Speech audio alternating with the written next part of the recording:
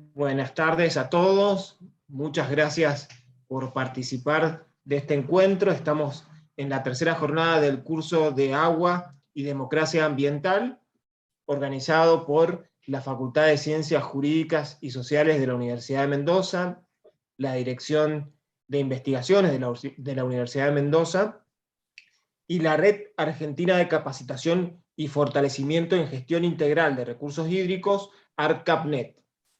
Contamos además con el auspicio de la Asociación de Magistrados de Mendoza, la Federación Argentina de Magistrados y la Suprema Corte de Justicia de Mendoza a través del Centro de Capacitación Manuela Sáez. En esta oportunidad, en primer lugar, agradecemos a los expositores, destacados juristas que están contribuyendo para poder entender e interpretar esta temática tan interesante que versa sobre los derechos de acceso regulados a través del Acuerdo de Escazú. Y previo a presentarlos, les voy a dar la palabra a nuestro anfitrión, el señor decano de la Facultad de Ciencias Jurídicas y Sociales, el doctor Diego Carbonell. Gracias, Andrés. Buenas tardes. Les doy la bienvenida en nombre de la Universidad de Mendoza. Quiero felicitar a los organizadores de estas jornadas de agua y democracia ambiental, el doctor Andrés Ugarte y la doctora Valentina Erice, por abocarse a organizar estos temas tan trascendentales para la universidad y para la comunidad.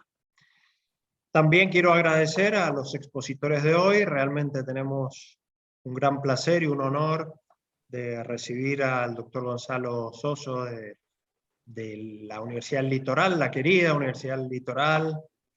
Tengo tan lindos recuerdos de haber asistido a la convención del 94 ahí en el Paraninfo. Recuerdos inolvidables, una querida casa de estudio. Así que muchas gracias, Gonzalo, por estar presente. Y nuestra Silvina Furlotti, que también nos va a dejar algunos interrogantes, no solo en su calidad de académica, sino además de presidente de la Asociación de Magistrados de Mendoza.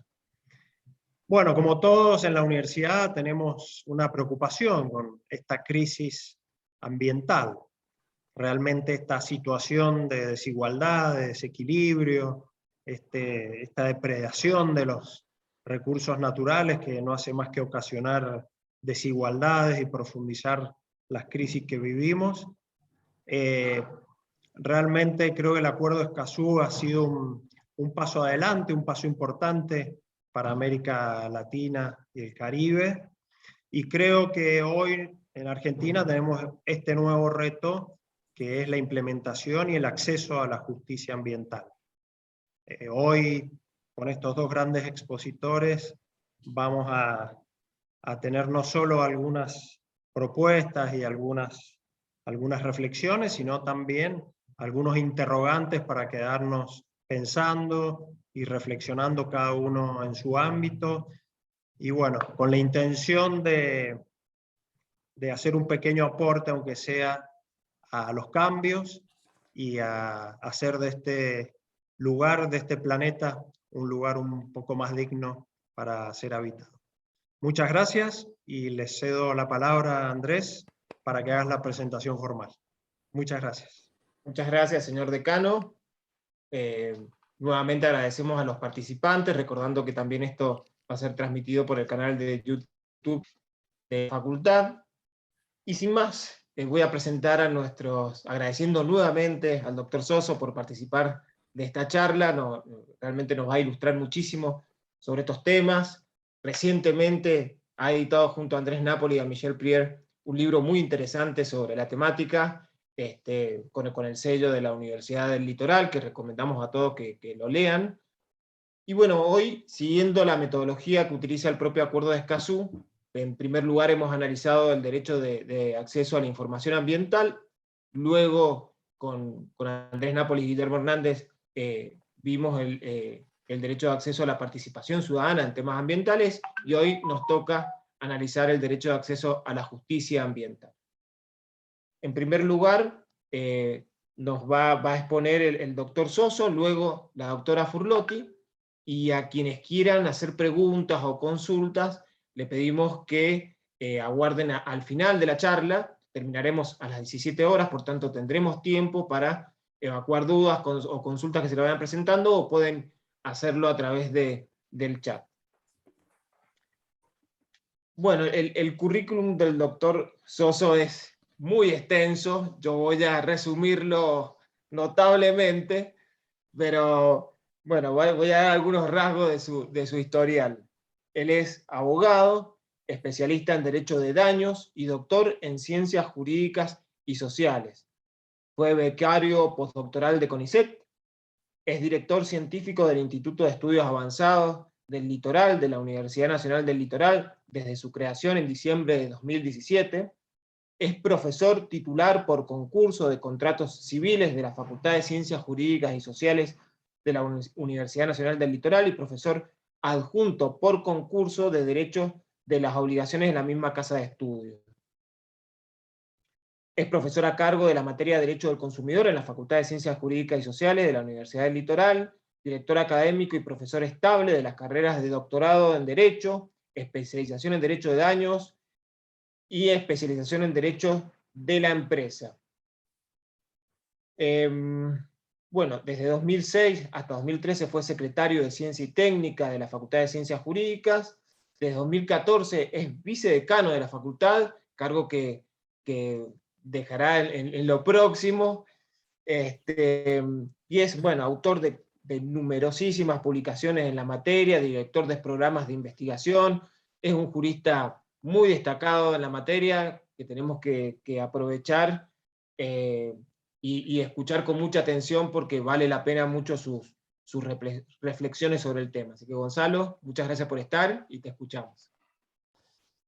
Bueno, buenas tardes a todas y a todos. Gracias, señor decano, gracias, Diego, por las palabras, y a Andrés también por la presentación.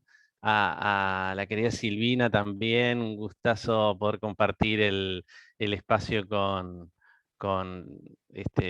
ella. Y bueno, como decía Andrés, está dedicado esta jornada al tercer pilar del Acuerdo de Escazú, al acceso a la justicia. Y yo creo que Diego tiene razón, Escazú es un hito importantísimo para la historia jurídica de América Latina, ¿no? Y el desafío que tiene América Latina es implementarlo. Casi siempre cuando hablamos de estos temas de derecho ambiental afuera de la región y de América Latina, en el hemisferio norte, y evocamos la creatividad de nuestros tribunales y de nuestros textos constitucionales, regionales, y bueno, y todas estas cosas, siempre eso sorprende al auditorio, y enseguida la pregunta que sigue es, y de todo eso, ¿qué es lo que se aplica? ¿Y qué es lo que en realidad funciona? Porque tenemos también, la región tiene construido una imagen afuera que tiene sus razones, de que el Estado de Derecho que hemos edificado, que es, como digo, de alta calidad, tiene aspectos realmente remarcables, bueno, no funciona, o funciona, digamos, hay una diferencia muy grande entre el derecho escrito, ¿no? Law in Books y el derecho en acción. Entonces, creo que sí, el desafío de Escazú es la implementación, es ponerlo en funcionamiento. Como los tres derechos que regula Escazú son derechos instrumentales, ¿no? Es el conjunto de herramientas instrumentales que tiene el derecho ambiental para poner en funcionamiento los derechos sustantivos. En los países federales como la Argentina, el federalismo globalmente es una rareza, somos pocos los países federales y somos muy diferentes entre nosotros, pero en países federales al estilo de Argentina, digo en el sentido de que el derecho de fondo lo dicta el Congreso de la Nación, y las normas procesales son establecidas por las provincias. El impacto que el Acuerdo de Escazú tiene a nivel provincial es importantísimo. O sea, visto desde otro punto de vista, el desafío que implica para las provincias, que son las que organizan los procedimientos, organizan el acceso a la información, organizan los procesos participativos y organizan el poder judicial, ¿no? Provincial. El desafío es tremendo, es muy importante. Bueno, Escazú tiene como 3 pilares, ¿no? Que me imagino que esto ya ha sido evocado en las conversaciones anteriores de este mismo curso.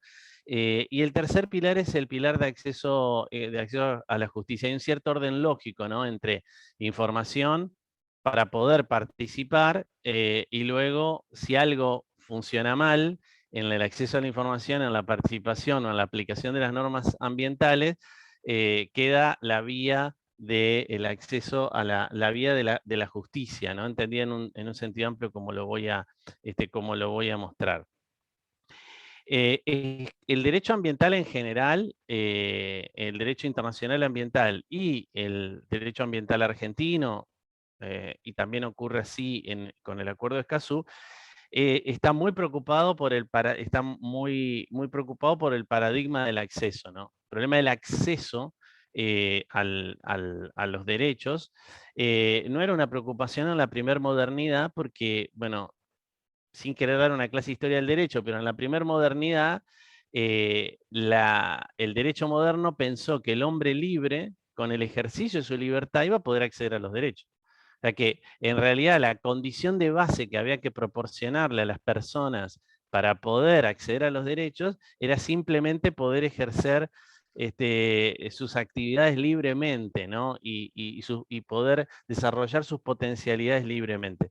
Nosotros hoy sabemos que con las libertades esenciales, que es un punto importantísimo, ¿no? No quiero digamos, decir que no es importante, todo lo contrario, no alcanza, ¿no? Porque las libertades iniciales por sí mismas o por sí solas no garantizan el acceso a la justicia.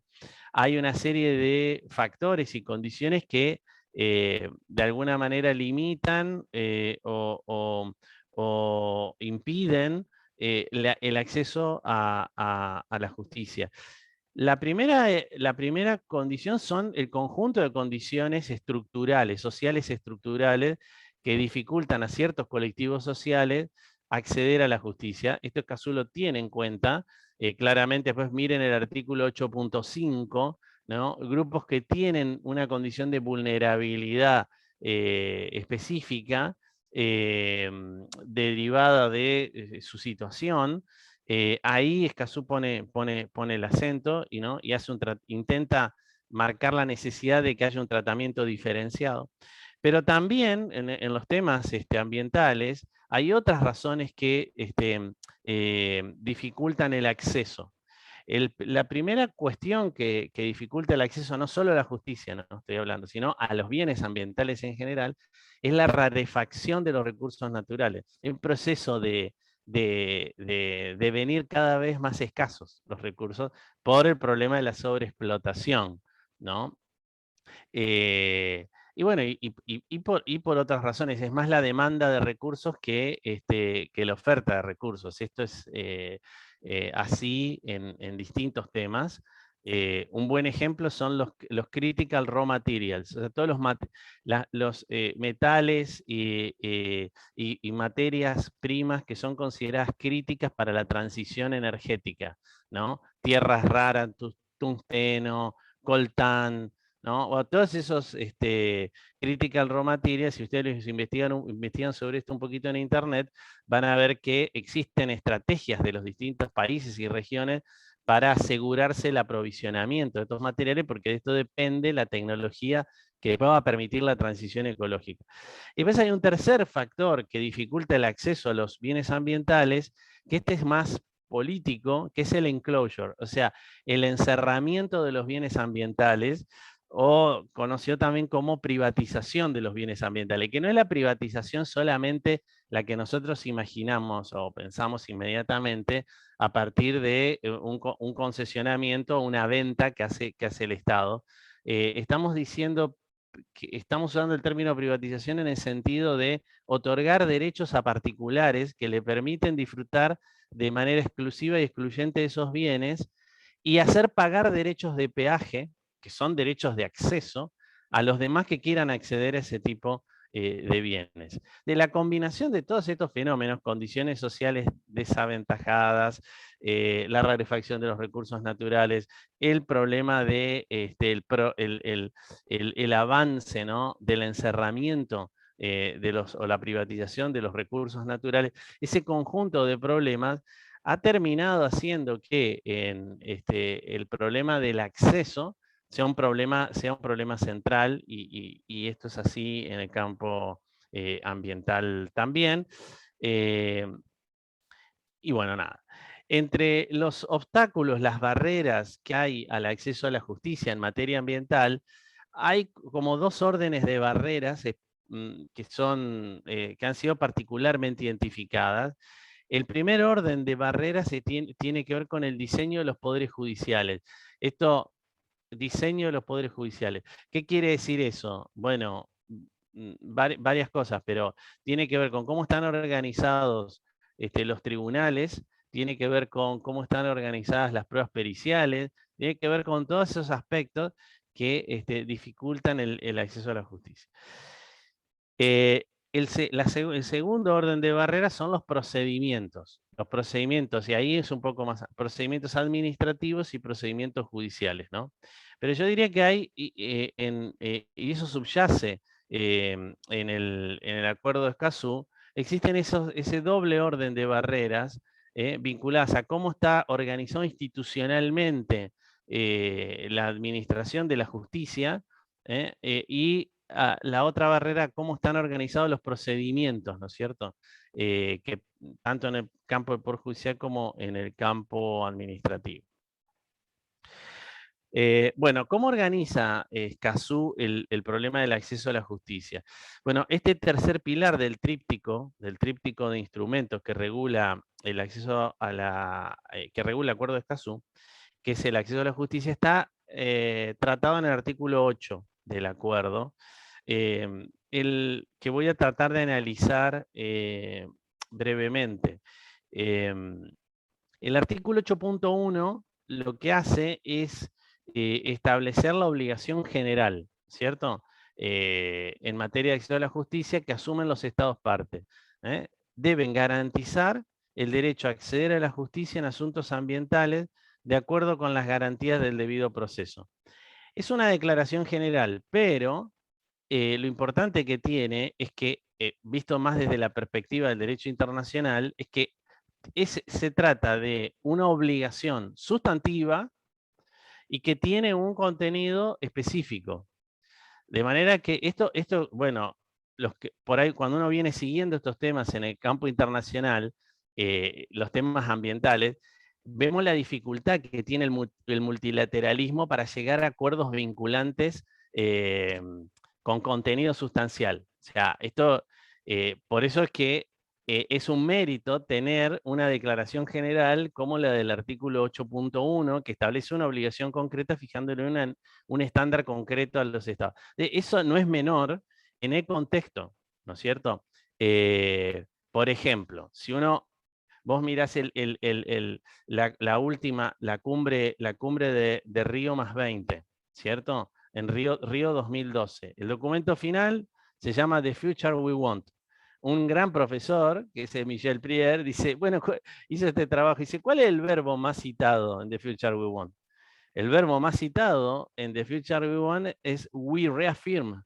Reafirmamos lo anterior, pero no nos obligamos a nada nuevo. Esto es así. Fue la dificultad para poder reperfilar también el marco regulatorio de cambio climático. Por eso el Acuerdo de París es más que nada un mecanismo procedimental, pero donde vos vas a buscar obligaciones sustantivas, concretas, y te cuesta encontrarlas, ¿sí? Sino que son más bien obligaciones de procedimiento. Bueno, nada, esto muestra, hay muchos ejemplos como estos, que muestran la debilidad del multilateralismo para llegar a acuerdos sustantivos con contenidos concretos, obligatorios, vinculantes. Entonces, acá me parece que esto no es menor. La parte del artículo 8, que es la más rica y la más interesante para analizar, es el parágrafo segundo de del artículo, el parágrafo, perdón, segundo y tercero del artículo. Esos dos parágrafos son los más importantes, pero son los que concretizan el alcance de esa obligación general. El artículo 8.2 define como una especie de ámbito de funcionamiento de esta idea de acceso a la justicia. Bueno, Escazú no refiere en general solamente a temas ambientales, sino todo lo que pueda tener un impacto ambiental. Esta es una aclaración como previa, pero muy importante para entender cuál es el ámbito material de funcionamiento del acuerdo. Y en materia de acceso a la justicia, el 8.2 dice, debe garantizar el acceso a instancias judiciales y administrativas, para impugnar o para recurrir, ¿no? En cuanto al fondo y en cuanto al procedimiento, decisiones que tengan que ver con acceso a la información, participación, violación de normas ambientales o perjuicios ambientales. Ahí está, en la última parte está definiendo el contenido sustantivo de qué es lo que se va a intentar reclamar ante el Poder Judicial o en el campo de los procedimientos administrativos. Pero la primera parte del parágrafo 2 nos da una idea amplia de acceso a la justicia. Todos los autores que han comentado este artículo lo señalan, ¿no es cierto? No es acceso al Poder Judicial, ¿cierto? Sino acceso a la justicia en un sentido más amplio, incluyendo a los organismos administrativos que desarrollan una actividad jurisdiccional y deciden de alguna manera conflictos y controversias y impugnaciones que se presentan. Y bueno, el acceso está dado cuando existen procedimientos para impugnar las decisiones que se han tomado y después para recurrir, ¿no es cierto?, esas decisiones que han sido tomadas. Bueno, nada, me parece que lo que hay que retener aquí es que se trata de una visión abarcativa y amplia del problema del acceso, a la justicia en temas ambientales. Como digo, es central, como dije, es central el artículo 8.3 porque establece cuáles son las garantías mínimas para el acceso a la justicia ambiental. Es el artículo que concretiza, ¿no?, el contenido de la obligación del artículo 8.1. A diferencia del Acuerdo de Aarhus, esta norma fija un piso mínimo, que es un piso mínimo general, ¿no?, de contenidos que son comunes a todos los tipos de procedimientos y a todos los temas. Es como una norma única que fija un zócalo mínimo de base. El primer piso, ¿no?, zócalo que fija Escazú, tiene que ver con tener organismos competentes para resolver conflictos ambientales o reclamos ambientales. Y el artículo dice que tengan acceso a conocimientos especializados en materia ambiental. La frase que quedó tiene que ver con que la idea que se discutió en el proceso de negociación fue si no se debía establecer allí, como ocurre en otros países como Chile, que lo tienen cerca, que debía garantizarse la existencia de una especie de competencia ambiental especial, o sea, juzgados ambientales o tribunales ambientales, como ocurre en distintos países de la región de América Latina. Finalmente no hubo un acuerdo en relación a esto y la frase que quedó es esta: acceso a conocimientos especializados. La frase es como hiperamplia. Para algunos autores esto incluye la obligación de fijar una jurisdicción ambiental, ¿no? A mí me parece que no, honestamente no. Cuando uno me hubiera gustado, pero me parece que la norma no es tan exigente con los estados parte. La idea original era esta, pero lo que la norma finalmente está diciendo es que tiene que haber un cierto nivel de especialización de los tribunales. Y aquí también uno podría introducir otro problema que no lo he visto comentado entre los autores, pero que para mí es crítico, que es el tema de la pericia científica. Yo vengo empujando un poco eso en temas ambientales porque me parece que ahí hay cuello de botella, ahí hay un punto nodal que tendríamos que resolver si queremos tener procedimientos ambientales de mejor calidad, digamos así, mejor acceso a la justicia en este sentido, y es el tema de las pericias científicas en el campo ambiental, ¿no? Los procedimientos no solo frente al daño ambiental, sino, por ejemplo, para aplicar el principio precautorio. O sea, la pericia científica es un punto crítico, es un punto absolutamente crítico, y lo digo sin ser especialista en derecho procesal, pero en Argentina tenemos un tratamiento de esta figura que está copiado sobre la idea intelectual de la pericia profesional. Nosotros tenemos la idea de que la pericia la hace un profesional. Esta es como una idea prevaleciente. Y todo el modelo de desarrollo de los códigos procesales de la prueba pericial está armado sobre esa base. ¿Tá? Cuando vos decís, el tribunal tiene que estar especializado porque tiene que tener conocimientos en la materia, ambiental, el tribunal puede tener, salvo que hagas una integración interdisciplinar como ocurre en Chile, pero si no, el tribunal puede tener un conocimiento únicamente de los aspectos jurídicos de la cuestión ambiental, pero no de los aspectos técnicos, ingenieriles, excesos biológicos. Ahí va a haber siempre una limitación. Y eso, la única manera de que el tribunal acceda a ese conocimiento es a través de científicos que ingresan en el proceso judicial. ¿Cómo ingresa ese conocimiento científico de calidad en el procedimiento judicial argentino? Centralmente por la prueba pericial. Tenemos una larguísima tradición. Y no tenemos en Argentina una tradición de expert witness, de testigos expertos. O sea, aquí no existe el testigo experto que... Tampoco tenemos la tradición de los pareceres que tiene Brasil y que tanto resultado da en temas de este tipo, ¿cierto? Pareceres técnicos que se acompañan con la demanda. Bueno, eso podríamos volver. Y tenemos regulado la amicus curiae en algunos tribunales solamente. Entonces, centralmente la puerta de entrada al proceso judicial del conocimiento técnico, científico de alto nivel es la prueba pericial.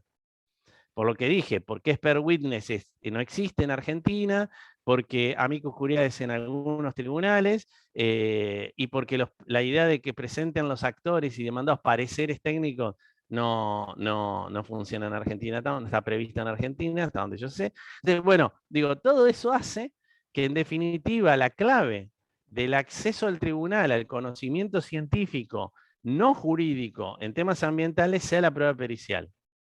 Y en la prueba pericial tenemos una regulación que es la de la pericia profesional. Se sortea de la lista de peritos. Bueno, aquí no funciona. Acá necesitas un perito del más alto nivel posible, no que cumpla el piso mínimo. Normalmente, cuando está en juego, por ejemplo, el principio precautorio, donde hay diferentes opiniones en la comunidad científica, necesitas que esté colegiada. En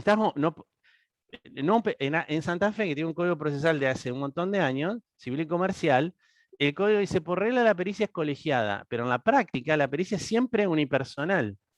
Cuando vos tenés distintas opiniones en el campo científico, la pericia unipersonal, ¿qué hace? Perfila, afina, ¿no? Porque le da un sesgo a la pericia. Por eso hay que colegiarla. ¿Está?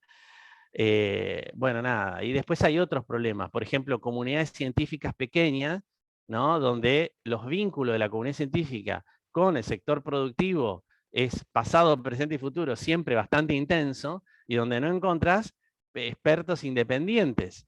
Entonces, el tema de la selección, de la garantía de independencia del experto, por las reglas de excusación y recusación aplicadas que se aplican a los jueces por analogía, tampoco funciona. En el derecho comparado se hace una investigación sobre el perito.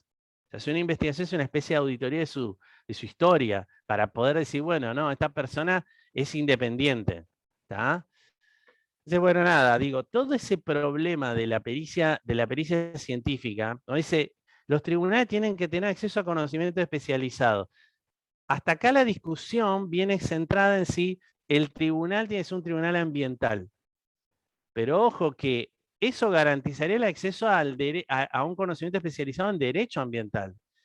Después hay que garantizar el acceso a conocimiento especializado en temas ambientales que los marca la ingeniería, la ecología, la biología, la zoología, etc. Y ahí se necesita una pericia científica. Sé nada, lo dejo sobre la mesa para conversar, pero es un gran asunto. El segundo punto que exige Escazú, en cuanto a los contenidos, ¿no es cierto?, de este acceso a la justicia, es que existan procedimientos, está la barrera del procedimiento, efectivos, oportunos, públicos, transparentes, imparciales, sin costos prohibitivos. Arús ahí es más profundo porque Arús dice, bueno, tienen que ser gratuitos o tienen que tener un bajo costo, ¿no? Pero marca como principio, como idea de base, que tiene que haber gratuidad y después está el bajo costo. Aquí no me voy a meter mucho, simplemente voy a marcar un punto que para mí es crítico, que es la falta de regulación de class actions en Argentina.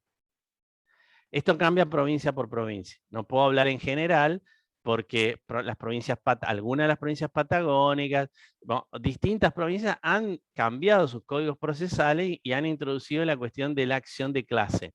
¿Tá? Pero cuando vos hablas de temas ambientales, centralmente hablas de la cuestión del daño ambiental, ¿no? También problemas de falta de acceso a la información y falta de participación. Pero el tema del daño ambiental. En el tema del daño ambiental hay daño ambiental directo e indirecto. El daño ambiental directo, vos lo podés frenar, lo podés mitigar, ya lo voy a explicar, con un amparo, que es la acción de clase 23B2 de la Regla de Procedimiento Federal Americana. Digamos. El amparo cumple la función que cumple la 23B2 de las class actions americanas.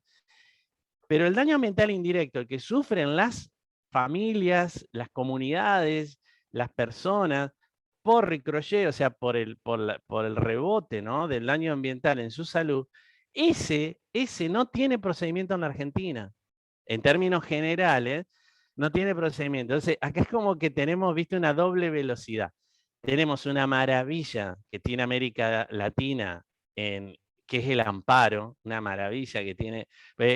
Hay un montón de críticas, pero digo, el amparo es una de las cosas realmente importantísimas que ha hecho el derecho latinoamericano, que ha construido el derecho latinoamericano. Pero ahí la velocidad es alta, pero en el otro lado, en el lado de la acción de clase, si vos ves el panorama de América Latina es muy desparejo, y si ves el panorama en Argentina es muy desparejo. O sea, acá yo diría que la laguna, la deuda, el punto a trabajar es el punto de la acción de clase para que puedan acceder a la justicia los colectivos de personas damnificadas. Este es un punto crítico. ¿Qué hay? Y bueno, hay las regulaciones provinciales donde las hay y está la jurisprudencia de la Corte.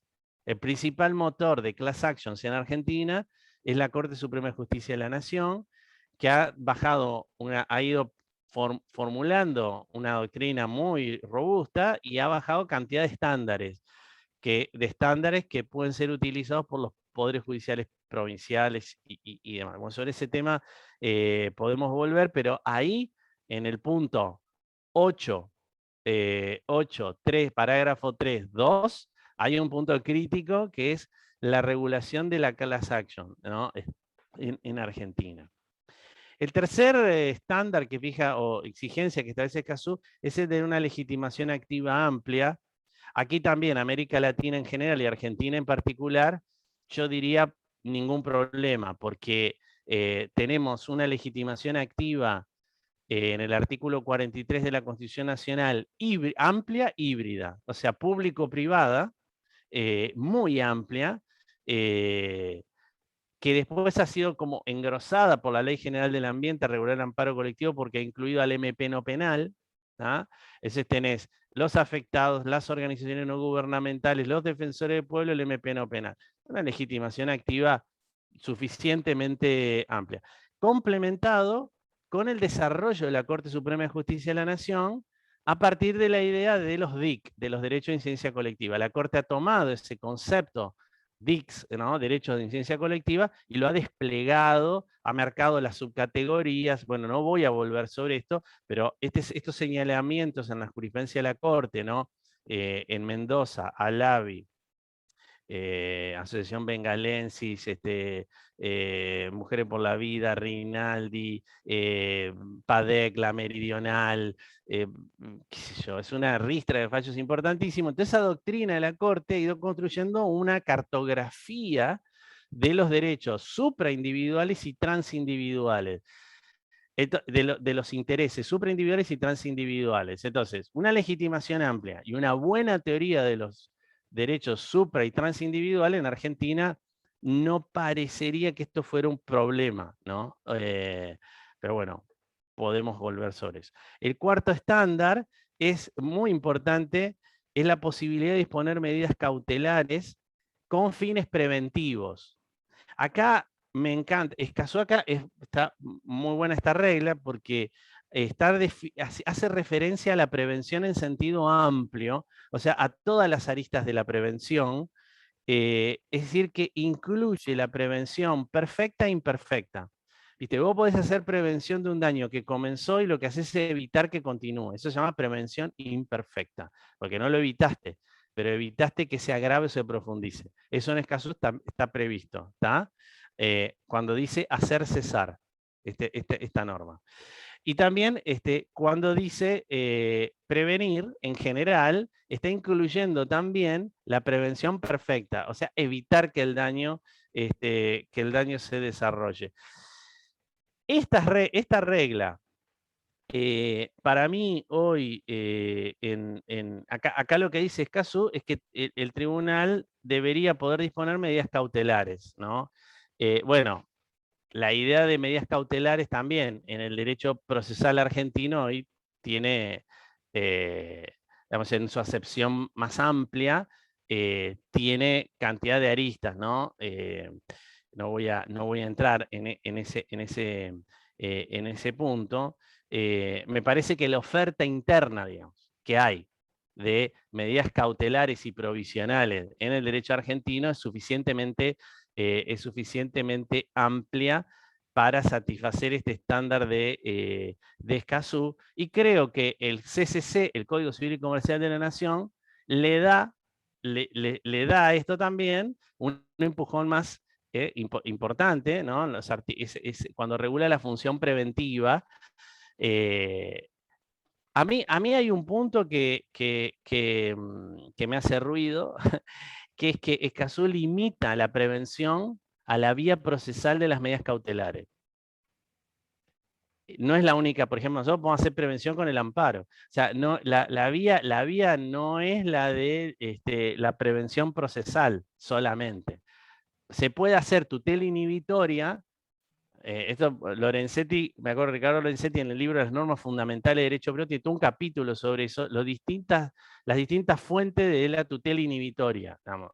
La fuente puede ser el derecho de fondo, puede ser el derecho constitucional, puede ser el derecho procesal, y acá hay como una mirada restringida de la vía procesal. Vamos, es una idea, una observación mía que no me... yo precisamente creo que el mérito del CCC al regular la prevención es no haber fijado una vía procesal. Regula la pretensión preventiva, pero no regula la acción preventiva. Las vías procesales pueden ser diferentes.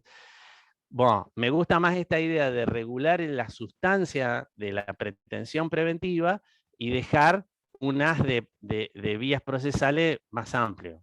Pero bueno.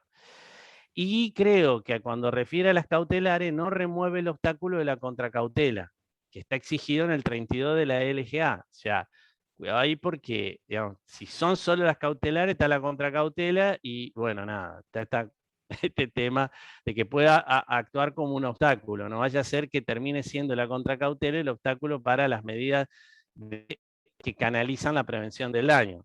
No sería lo ideal. No, tal vez Silvina ahí después lo puedes abordar y lo podemos discutir. Y bueno, y para cerrar, para no irme más en el tiempo, hay un quinto estándar que me parece importante, que es el de tener mecanismos de ejecución y de cumplimiento de las decisiones. Nada, aquí está toda esa doctrina también de la Corte de la Nación del seguimiento de las decisiones, o sea, tomar decisiones definitivas, pero que organizan un procedimiento para poder seguir el cumplimiento, ¿no? Solicitando informes, haciendo audiencias públicas, o sea, un mecanismo de monitoreo del cumplimiento y una institucionalidad ad hoc, como dice Ricardo Lorenzetti, para controlarlo, como ocurre en Matanza Riachuelo. Creo que el desarrollo de Argentina en ese campo del control ex post de las sentencias es muy bueno. O sea, tenemos una ingeniería de ejecución de la sentencia ambiental que es suficientemente robusta. Podríamos aditar cosas. Por ejemplo, los guardianes. En Colombia, para seguir la sentencia se utilizan los guardianes, ¿no? Guardianes del río Atrato, la figura de los guardianes, un mecanismo de participación ex post en el seguimiento de la sentencia. Bueno, nada, ahí tenés algo que podríamos ir pensando, ¿no es cierto? Si es que los tribunales no pueden instituir a una ONG, a un colectivo de ONG, a una comunidad, etcétera, en guardianes de la ejecución, y bueno, nada, eso lo dejo un poco planteado, pero creo que ese estándar de Escazú está muy, ya es un camino ya iniciado y ya ha recorrido bastante en Argentina.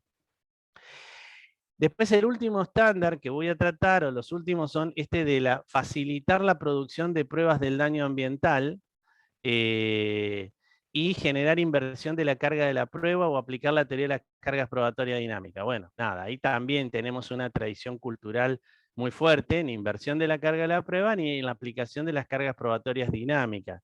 No tengo mucho que decir. Sí digo que cuando dice facilitar la producción de pruebas del daño ambiental, ahí entra también la cuestión de la pericia científica que expliqué hoy.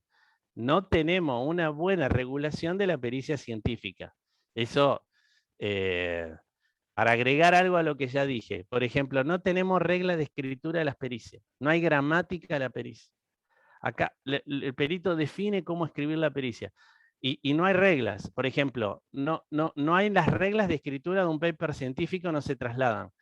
Cómo debe hacer las citas, qué bibliografía tiene que citar, si tiene que explicar que los estudios, los experimentos o los estudios de campo son hechos por él o son de segunda mano, los tomó de otros. Pero todo eso que en el campo de la escritura de un paper científico está súper regulado, en la escritura de la pericia no. ¿Ah? Esto, digo, necesitamos regular mejor la pericia científica si queremos acá mejorar en este punto. Nada, y voy a dejar acá, para no seguir robando tiempo, pero quiero decir que atrás, atrás de la escena, atrás del telón de esta norma de acceso a la justicia Escazú, lo que subyace es un perfil de juez ambiental proactivo. Cuando te dice invertir las cargas probatorias, bueno, es el juez. Aplicar la teoría de carga dinámica es el juez. Facilitar la producción de las pruebas es el juez. O sea, mecanismo de seguimiento ex post de la sentencia es el juez. O sea, y aquí creo que también Argentina tiene un camino ya emprendido, ¿no? A partir de la jurisprudencia de la Corte de la Nación y la idea de que el juez ambiental no puede ser un juez espectador, como dice la Corte, tiene que ser un juez proactivo, un juez activista. Creo que lo que necesitamos más bien construir es el perfil de ese juez. Yo más que la jurisdicción, pienso que lo importante es ese perfil, ¿no es cierto? El perfil de juez proactivo en los temas ambientales. Ahí creo que, me parece que ahí está la clave.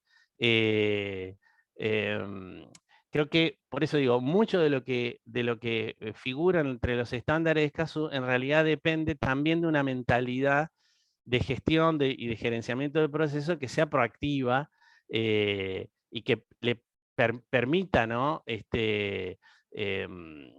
Hacer las cosas que está indicando como estándares de contenido Escazú para el acceso a la justicia. Así que bueno, nada, muchas gracias. Muchas gracias, Gonzalo. Interesantísimo. He estado anotando varias de las cosas que nos ha dejado así como disparador: pericia científica, indicadores, perfil del juez, class action. Bueno, tenemos muchísimo para seguir. señalando que dentro de la presente charla vamos a disponer de un espacio al final para hacer preguntas, comentarios o para desarrollar un poquito más sobre esos temas. Y bueno, vamos a dar lugar a la doctora Silvina Furlotti. Te voy a introducir, Silvina. Dale. La doctora Furlotti es abogada, egresada de la Facultad de Ciencias Jurídicas y Sociales de la Universidad de Mendoza. Es jueza de la Segunda Cámara de Apelaciones en lo Civil, Comercial y Minas de la Primera Circunscripción Judicial de la Provincia de Mendoza. Presidente de la Asociación de Magistrados de la Provincia de Mendoza. Magíster en Derecho de Daños por la Universidad de Mendoza. Profesora de Derecho de las Obligaciones y Derecho de Daños. Actualmente es titular de la cátedra. Profesora de grado, profesora de posgrado, es autora de numerosas publicaciones en la materia, bueno, una excelente colega, jurista, y seguramente desde su punto de vista nos va a poder aportar muchísimo a lo que estamos analizando ahora. Así que, Silvina, te escuchamos. Bueno, buenas tardes a todos y a todas. Bueno, en primer lugar, como corresponde, bueno, agradecer a la Universidad de Mendoza, que es como mi segunda casa, desde que entré por allá por el 84 hasta la fecha no me he ido nunca, así que estoy en el inventario. Y bueno, a mí me han prohibido decir esta frase, que es que yo no sé derecho ambiental. Me la prohibieron el señor decano, Andrés y Gonzalo, pero es la verdad.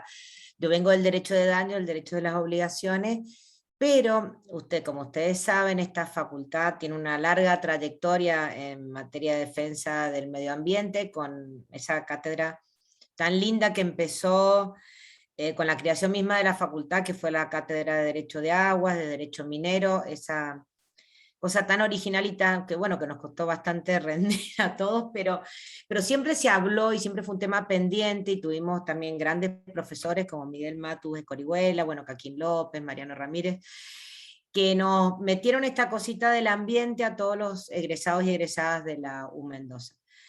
Entonces, ellos me van acercando y como que me van trayendo siempre al derecho ambiental. Hace muchos años Miguel me invitó también a hablar de la Ley General del Ambiente del Daño, y bueno, con mucho temor lo hice, y después me invitó a participar del libro que escribieron, el de la hojita, que está el libro ese verde. Y bueno, y así me van trayendo y me van obligando, especialmente, bueno, ahora Andrés, que parece que fuera el sucesor de Caquín y de Miguel, y de tantos otros profesores que hemos tenido en Derecho de Aguas, tengo el honor de estar, que él esté en mi cátedra, y es muy interesante porque Andrés es como una, yo les diría como una avispa que me va picando y me dice, existe el derecho ambiental, hagamos cosas. Y eso me moviliza y me hace pensar y me hace estudiar, y me dice, ojo que salió la ley Yolanda, y bueno, y así me trae. Pero por eso, Andrés, quiero agradecerte, porque muchas veces aquellos que estamos por ahí más volcados a la cuestión práctica y que estamos por ahí muy metidos en tribunales, con el día a día, muchas veces nos olvidamos de pensar el derecho desde la teoría. Y creo que ese es el gran papel de la academia, de las investigaciones en esto, es aquellos que somos más prácticos en el derecho, es recordarnos qué está pasando con la teoría. Y ese gran papel lo juega, tanto Gonzalo desde el litoral, que también hace años que hemos trabajado juntos en materia de daños. Lo que pasa es que, como ustedes verán, Gonzalo es un gran investigador del derecho, que lo piensa, hace como una suerte de filosofía, como ustedes habrán visto, piensa, busca palabras ingeniosas, y bueno, realmente es un gusto estar aquí, y que ellos, me hayan antecedido y hayan explicado la teoría, de dónde viene el acuerdo de Escazú, por qué llegamos a ello. Y lo que yo les vengo a hablar es algo muy sencillo, que es cómo hacemos desde tribunales con el medio ambiente, es decir, cómo lo cuidamos, cómo ingresamos a tribunales, y cómo hacemos, cómo entra este tratado de Escazú, porque nosotros hemos reformado no solo las leyes sustanciales, sino también las leyes procesales en Mendoza. Entonces tenemos todo nuevo, pero no tenemos un proceso ambiental.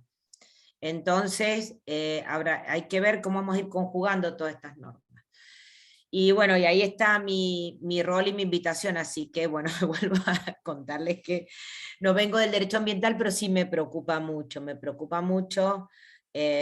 no solo desde la academia y desde el tribunales, sino bueno, como ciudadana y habitante de este mundo, que vemos que cada vez hay mayor preocupación, y los jóvenes y las jóvenes de nuestras cátedras, como ustedes ven en todos estos movimientos mundiales, cada vez nos interpelan más sobre qué estamos haciendo al respecto. Entonces, este curso, primero fue felicitar a la facultad por la iniciativa, a Andrés que nos movilizó, y pensar que esto es el puntapié inicial para empezar la capacitación en Ley Yolanda, porque tenemos que saberla como ciudadanos, ciudadanas, como profesores, profesoras, y especialmente como aquellos y aquellas que aplicamos el derecho. Creo es muy importante, y esto creo que es lo que yo quiero agradecerles, es que me hicieron pensar, me hicieron acercarme al tratado, y todas esas cosas que si uno no está en la materia muchas veces no lo hace. Así que bueno, gracias por llevar esto. Y bueno, y lo primero que tenemos que decir es cómo ingresamos. Yo cuando leía esto pensaba, ¿qué pasa? ¿Cómo lo llevo cómo lo engancho con los procesos que tenemos? Más allá que sería muy bonito, como decía Gonzalo, bueno, legislamos nuevo y listo. No. Mientras que eso suceda, mientras que llegamos a lo ideal, siempre tenemos que ver cómo actuamos en el aquí y ahora. Y una de las primeras cosas que pensaba eran que Mendoza también fue pionera en la defensa de estos intereses, no solamente con su ley de aguas, la ley de protección del ambiente, que el número no me acuerdo, que ya tiene también varios años, que le otorgaba, por ejemplo, legitimación al Ministerio Público Fiscal Civil para controlar acciones y demás, que quizás no fue muy, muy usada, pero bueno, ahí está, se puede recuperar. Y me acuerdo siempre de dos casos que yo era alumna todavía, uno que fue el de la Laguna Giancanello, del doctor Balducci, allá en el año, no sé, 86, 87, 85, por ahí, y el de la UCIM, de la Plaza Independencia, que fue del doctor Paredá cuando era juez del 14. Esos dos casos a nosotros cuando éramos estudiantes como que nos rompieron la cabeza, porque nos hablaban de una legitimación como amplia, cuando el derecho era tillo y callo, como dice creo que Alterini, y eran solo derechos subjetivos, ni qué hablar de intereses difusos y todas esas cosas como impensadas solamente hace, les diría, 30 años atrás. Y esos dos fallos fueron pioneros de la defensa, es decir, la Laguna Giancanello, que después ha tenido otros fallos, bueno, siguiendo el fallo de las toninas, ¿se acuerdan? Fue realmente de muy avanzada, y como que eso nos dijo, bueno, podemos salirnos de estas cosas tan rígidas que tenemos y avanzar. Ahora tenemos muchos mejores instrumentos que cuando en esa época los tenían Paredá y Balducci para sacar esos dos fallos y defender el medio ambiente en los dos casos, ¿no? Uno sería defendió todo lo que implica Giancanello, y el doctor Paredá defendía, digamos, el medio ambiente, cuidaba, querían hacer como en la Plaza Independencia, como achicarla. La Plaza Independencia para Gonzalo es una plaza muy grande que tenemos, y querían como achicarla con una vía de circulación, no me acuerdo. Entonces la UCIM, que es la Unión de Comerciantes que estaba al frente de la plaza, mete el amparo y dice, yo no quiero que la achiquen porque están afectando el medio ambiente, el urbanismo y demás.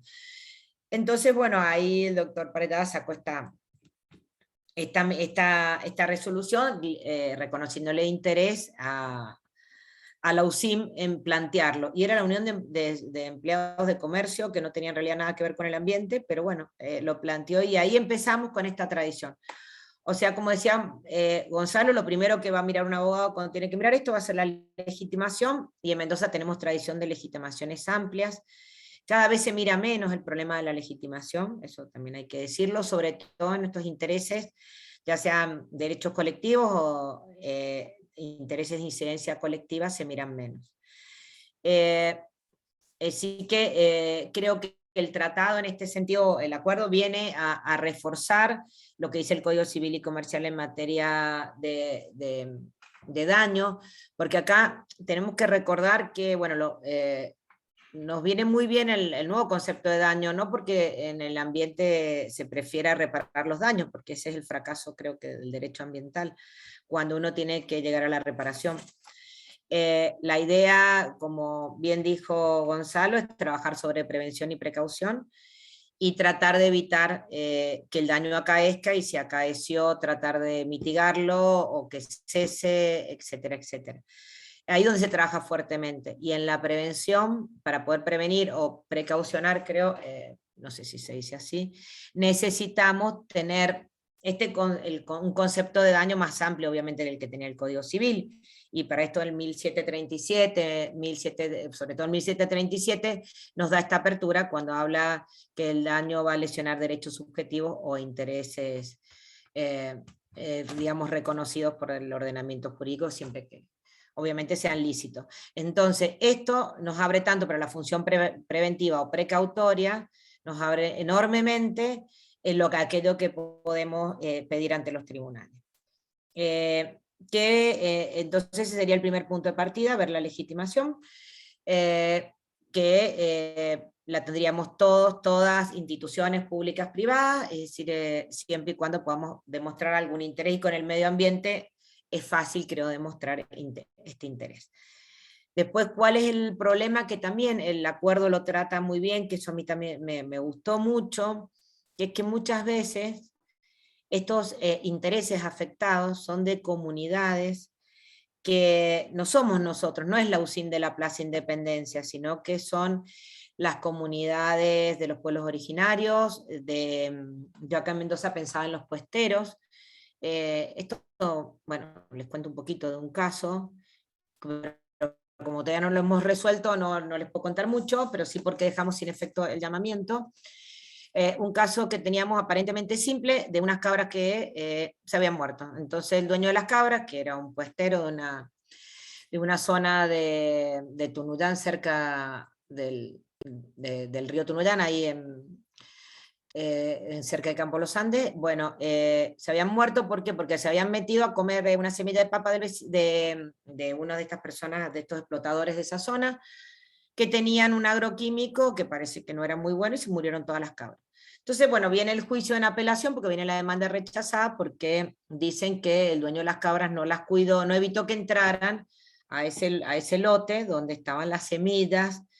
No sé cómo es la historia de las papas, pero parece ser que para hacer una serie de plantar papas que sean más resistentes, no sé cómo se les pone estos agroquímicos, que parece que son bastante letales, porque hay una pericia en el expediente que dice que las cabras se murieron por comer eso. Y bueno, viene rechazada de primera instancia diciendo que, bueno, que el dueño, guardián de las cabras, no las cuidó de que no ingresaran a ese terreno donde el señor también trabajaba ahí. Esta es zona de puestero. Y bueno, y a mí, bueno, cuando veíamos con mis colegas de cámara, veíamos que nos faltaban cosas, por ejemplo, saber si se sigue haciendo esa explotación con agroquímicos que tienen capacidad de matar a un rebaño de cabras. No lo sabemos, también como decía Gonzalo, los procesos, y esto es una de las cosas que también destaca mucho el acuerdo de Escazú y los autores que hablan de él, es la demora o la mora en los procesos ambientales, y una de estas dificultades son justamente las pruebas. Está bien, está demostrado en el expediente que las cabras murieron por eso, pero si sigue produciendo de esa manera o no, bueno, entonces mandamos a preguntar si eso sigue existiendo, porque 7 años después no sabemos qué pasa en la realidad, no tenemos un papel, pero no sabemos qué pasa ahí. Y después también pensamos, y eso me lleva a pensar, ¿no? Esto ya no tiene nada que ver con el expediente, si esos puesteros tienen la adecuada información jurídica, como para ver cómo plantear el caso, si el caso se planteó como un daño y perjuicio más, y creo que así se planteó. Y era un caso de daños y perjuicios, era un caso de daño ambiental. Después les voy a contar el final de la película. Pero esas personas que viven, no sé, este lugar, es un lugar que se llama La Remonta, que está bien metido en la montaña, y tienen una adecuada información de cómo proteger, de cómo prevenir ese daño. Se les murieron todas las cabras y no sabemos ni cómo, si se evitó, no se evitó, si verdaderamente es inocuo para la salud, qué pasa con el agua de riego, qué pasa. Es decir, hay tanta problemática en el ambiente y nosotros no estamos capacitados ni capacitadas para abarcar esto, ni como asesores, digamos, o sea, en los distintos roles que nos tocan. Y la ley y el acuerdo justamente dice que hay que generar esta información adecuada a todos estos grupos que digamos que tienen menor posibilidad de acceso a esta información. Aún dice que se tiene que prestar en el idioma adecuado, en el caso que, bueno, que no se hablen los idiomas, que se hablen en diferentes idiomas de sus etnias. Y también me gusta mucho el acuerdo cuando destaca la hiperprotección de los vulnerables.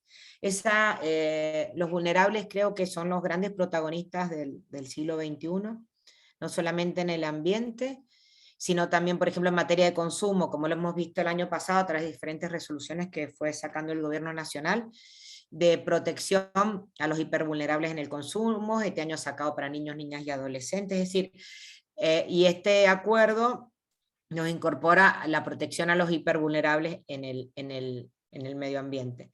Esto es trascendente porque a estos grupos les cuesta acceder a la justicia y el Estado debe proporcionar los medios necesarios para que puedan acceder. Primero, digamos, con las tres patas del acuerdo, que es, ¿no es cierto?, brindándole la información adecuada, permitiéndole el acceso y brindándole los medios y letrados y letradas que puedan digamos, asesorarlos para acceder, que puedan preguntar qué pasa, si se usa, no sé, tal agroquímico o no, y qué hago si se me mueren las cabras. Bueno, todo eso creo que requiere de esos que podríamos decir como una suerte de defensores oficiales del medio ambiente exclusivamente, y pensando justamente en estas vulnerabilidades. Porque es fácil cuando me afectan y tengo el abogado cerca y puedo llegar, pero no justamente cuando se afecta y hay muchos daños que se producen en estas zonas, no sé, alejadas de los centros urbanos. Así que eso creo que es un gran acierto. Después, bueno, el otro gran acierto también es cuando el acuerdo nos dice, como decía Gonzalo, que requiere que los jueces tengamos conocimientos técnicos. Y yo no lo había visto como lo dijo Gonzalo, yo pensé que los conocimientos técnicos era que me tenía que poner a estudiar y hacer los cursos que organizara Andrés, a raíz de la ley Yolanda, pero me parece muy acertado lo que dijo, que estos conocimientos técnicos nos vengan a través de las pericias científicas y pensadas de otra manera. Y para pensar las pericias de otra manera, quizás no haga falta reformar los códigos procesales, que el nuestro quizás es más moderno que el de Santa Fe, pero hay que pensarlas de otra manera y producirlas de otra manera, ¿no? Y en eso nos tenemos que poner a estudiar de cómo producirlas, porque es imposible que tengamos los conocimientos técnicos específicos de muchas cosas, no lo tenemos ni en medicina ni en nada, por eso necesitamos estas pericias que nos traen los conocimientos.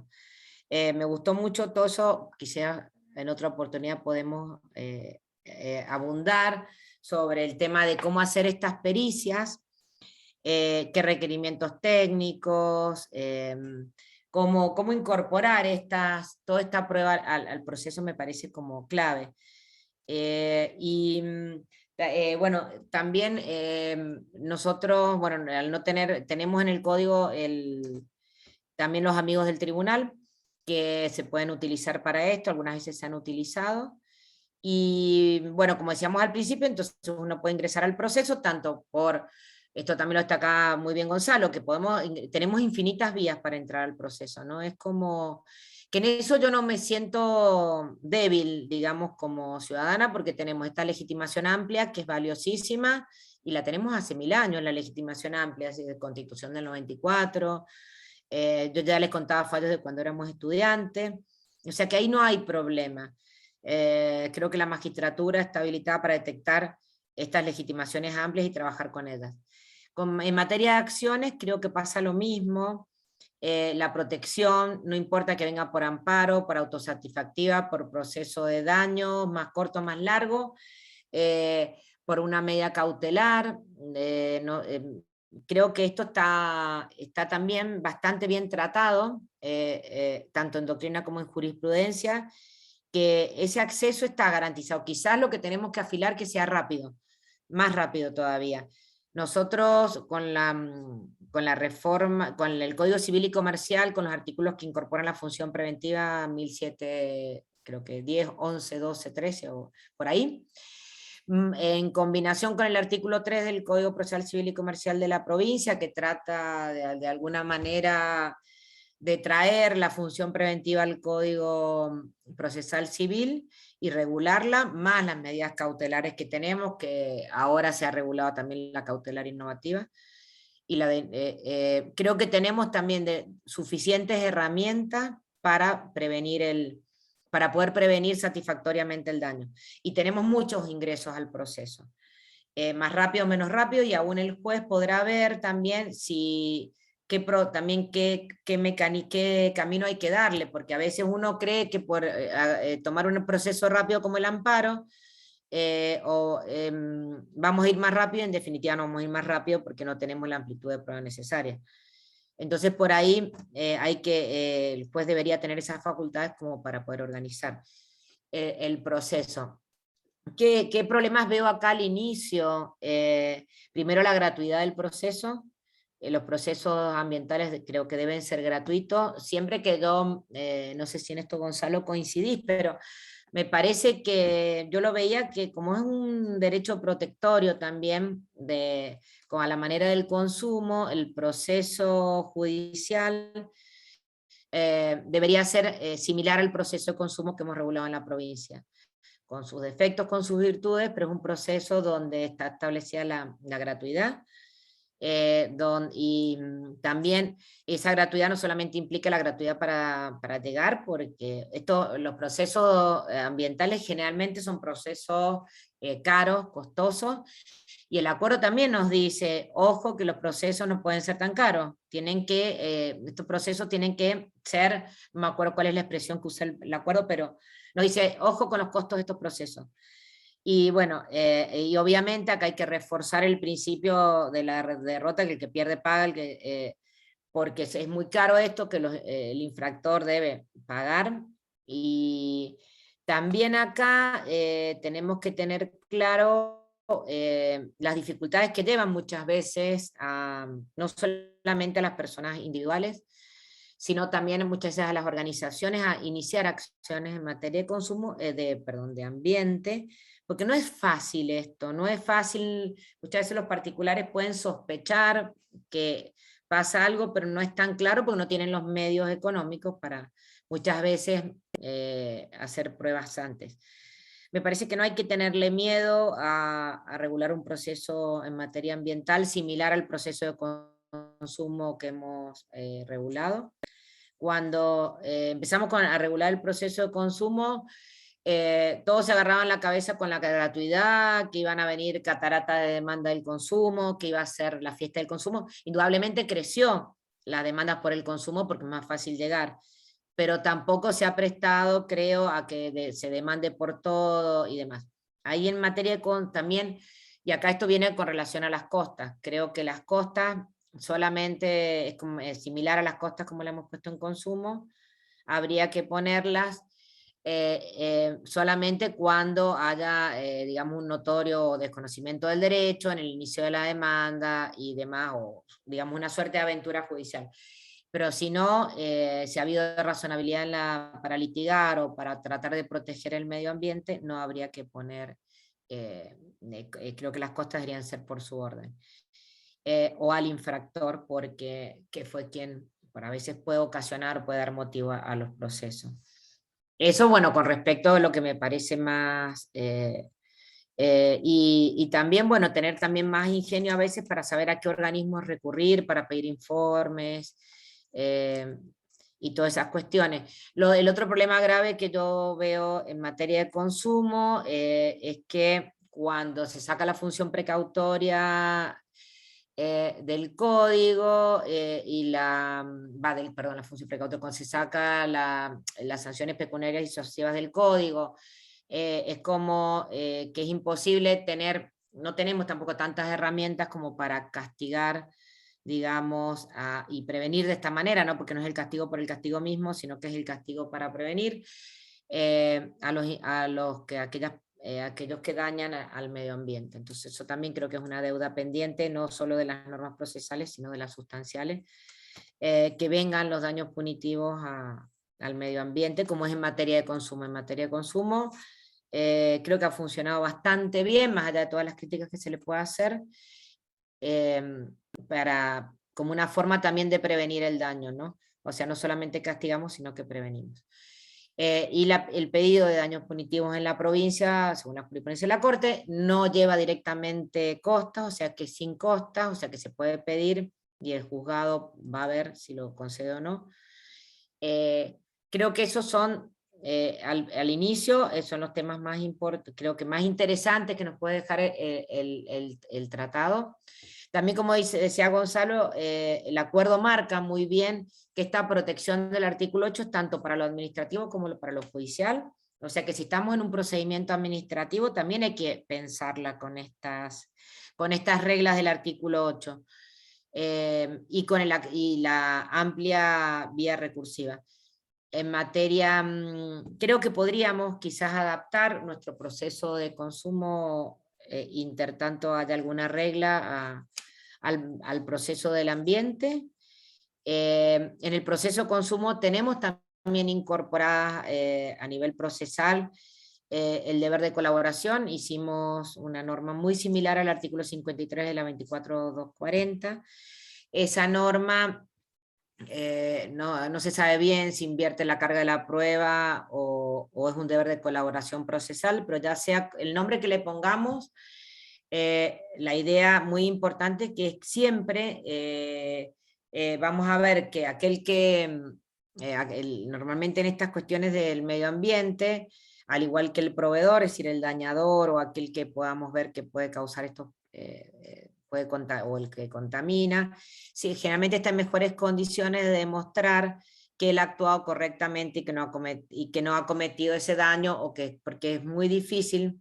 Ustedes imagínense cómo el puestero puede llegar a probar que la contaminación o la letalidad de la semilla es casi imposible. Entonces, por eso se invierten las cargas probatorias y en definitiva, y si no se entiende, porque hay toda una escuela que no le gusta mucho la inversión de las cargas de la prueba, en definitiva lo que es valioso es el deber de colaboración en materia probatoria, que todos tenemos que llevar pruebas al proceso. Esto que uno debe probar los hechos de la resistencia y el otro los hechos de la base de su demanda, en este tipo de proceso todos tenemos que probar todo, porque todos tenemos que colaborar, sobre todo cuando está en juego el medio ambiente. Eso por un lado. Y también, también acá creo que, bueno, todo lo que dijo Gonzalo sobre prueba pericial, que ojalá Gonzalo puedas venir otra vez y seguir ampliando esos temas, es clave. Y también también en Mendoza, en el código en el proceso de consumo, hay una norma que es interesante, que ahora, bueno, si se le hacen los retoques, habría que retocarlo un poquito, que es una norma que sacamos de la ley que regulaba el proceso contra los servicios públicos privatizados de hace como 20 años acá en la provincia, que es una especie de sanción procesal por litigar, digamos, sin razón valedera. Es decir, cuando el demandado, digamos, entre comillas, chicanea, si se me permite la expresión, el proceso, demorándolo indebidamente o ofreciendo prueba impertinente, etcétera, etcétera, se le puede aplicar una sanción equivalente, no me acuerdo a cuánto de los daños, que ahí yo dije, bueno, pero si no hay daño, después me quedé pensando, digo, claro, si no hay una condena en daño, va a ser el equivalente a qué, pero bueno, hay que retocarla, pero la idea es buena porque también esto fomenta que el demandado no, digamos, no demore el juicio. ¿Por qué? Porque tiene miedo a que todas estas sanciones puedan ser mayores. Y más acá que sabemos que cada minuto que demore es minuto que perdemos vida, digamos, ¿no? O se nos contaminan las aguas o perdemos agua. Entonces, no es un tema menor hacer un proceso quizás similar y hacer todo un aspecto de la prueba, como decía Gonzalo. También es muy interesante acá el acuerdo cuando nos dice, bueno, antes de todo esto, manden a un acuerdo extrajudicial, a hacer una solución alternativa de los conflictos. No sé cómo funciona esto en materia ambiental, cuesta que funcione en otras materias, no sé si esto será factible y cómo se tiene que instrumentar, pero también es interesante pensarlo para no cargar los tribunales con todas estas cuestiones. Sobre todo en procesos tan caros como es el consumo, perdón, como es el ambiente. Después también lo otro que me parece interesante, bueno, la sentencia también, que no es nueva, también es como explicaba Gonzalo, hay amplias facultades desde la prevención, precaución del daño hasta, bueno, la evitación, cesación y los daños, tanto cómo reparamos el daño causado al ambiente en sí mismo y el daño que se causa de rebote a las personas, ya sea en su persona o en su patrimonio, ¿no? Esto está, creo que está bien en la Ley General del Ambiente, es clara la distinción de lo que es el daño al ambiente en sí mismo y el daño a la persona causado a través del ambiente. Sin perjuicio que, bueno, que aquellos problemas que se vieron al principio, como quién va a ser, a dónde van a ir, por ejemplo, el viejo caso de la fuente de las Nereidas, de Junín, creo que era, no me acuerdo, Junín, Tandil, no, por ahí, bueno, que Azul, si no me equivoco. Azul, ¿de dónde Galdós. era? De Galdós, Azul. exacto, ahí está, de Galdós, sí. Bueno, que condenaron a pagar un daño moral colectivo, bueno, y creo que fue al municipio, o sea que el legitimado fue el municipio. Bueno, creo que ahí también hay que trabajar un poquito, pero siempre creo que los jueces y juezas han tenido esta perspectiva ambiental de la reparación del daño buscando diferentes alternativas. Bueno, y con respecto, bueno, al dictado de la sentencia, también acá, bueno, la sentencia tiene indudablemente la perspectiva, antes por ahí siempre se dice que hay que fallar con perspectiva de género, con perspectiva pro consumidor, y también hay que fallar con perspectiva pro ambiente y con todos los indubios pro que vienen del ambiente y que también están acá en el acuerdo, muy bien reflejados. Cuesta por ahí cambiar las cabezas de la magistratura, también cuesta cambiarlas, cuesta muchas veces, como no todos hemos sido creados en estos paradigmas, hay que incorporarlos estos paradigmas, entonces, para que uno pueda detectar que hay procesos que nacen y van a sentenciarse como ambiente, pero hay otros procesos, como yo les contaba de las cabras, que nació como un simple daños y perjuicios porque me mataste mi cabra. Y no se pensó a lo mejor todo esto. Entonces hay que también tener esta cabeza, como uno la está teniendo en perspectiva de género, de detectar cuando estamos en presencia de un caso que aparentemente no es de ambiente, pero sí está vinculado, ¿no? Entonces, para esto, cuando uno, creo que la sentencia, el juez tiene que tener muy claro esto de la inversión de la carga de la prueba, y tiene que tener muy claro estas ideas y estas dificultades, y lo más quizás importante también a tener en cuenta, que en Mendoza no tenemos la práctica que tienen en Santa Fe, que es la de dictar mandatos preventivos, ¿no? Creo que en eso son como, bueno, han tenido muy buenos maestros para dictar mandatos preventivos, y esto es vital en materia de medio ambiente, porque habrá sentencias sencillas y otras no tanto, como, bueno, Gonzalo hizo referencia a la causa Mendoza y a todas aquellas grandes mega causas ambientales que ha llevado a la Corte de la Nación, donde no solo se ha trazado, digamos, un camino a seguir un plan de trabajo, de gestión de la sentencia, digamos, se podría decir que hay que gestionar la sentencia, que ahí empieza un nuevo proceso, porque hay que controlar el cumplimiento. Me gustó mucho también lo que dijiste, Gonzalo, de estos controladores de los acuerdos, porque a nosotros nos pasa que dictamos la sentencia y nos olvidamos, sobre todo si estamos en cámara, nos olvidamos de qué pasa con esa sentencia. Y eso creo que también juega en contra de todo esto. Entonces, este seguimiento de la sentencia a través, no sé, de los controladores, de las rendiciones de cuenta y demás, es sumamente importante. Y todo aquello que que el juez vea, porque en estos procesos la congruencia está bastante debilitada, se puede dejar perfectamente de lado, y acudir en función del 1710 y siguiente a este mandato preventivo y ver cómo con esta sentencia podemos evitar o hacer cesar o mitigar futuros daños, tanto teniendo en cuenta el principio preventivo o el precautorio, ¿no?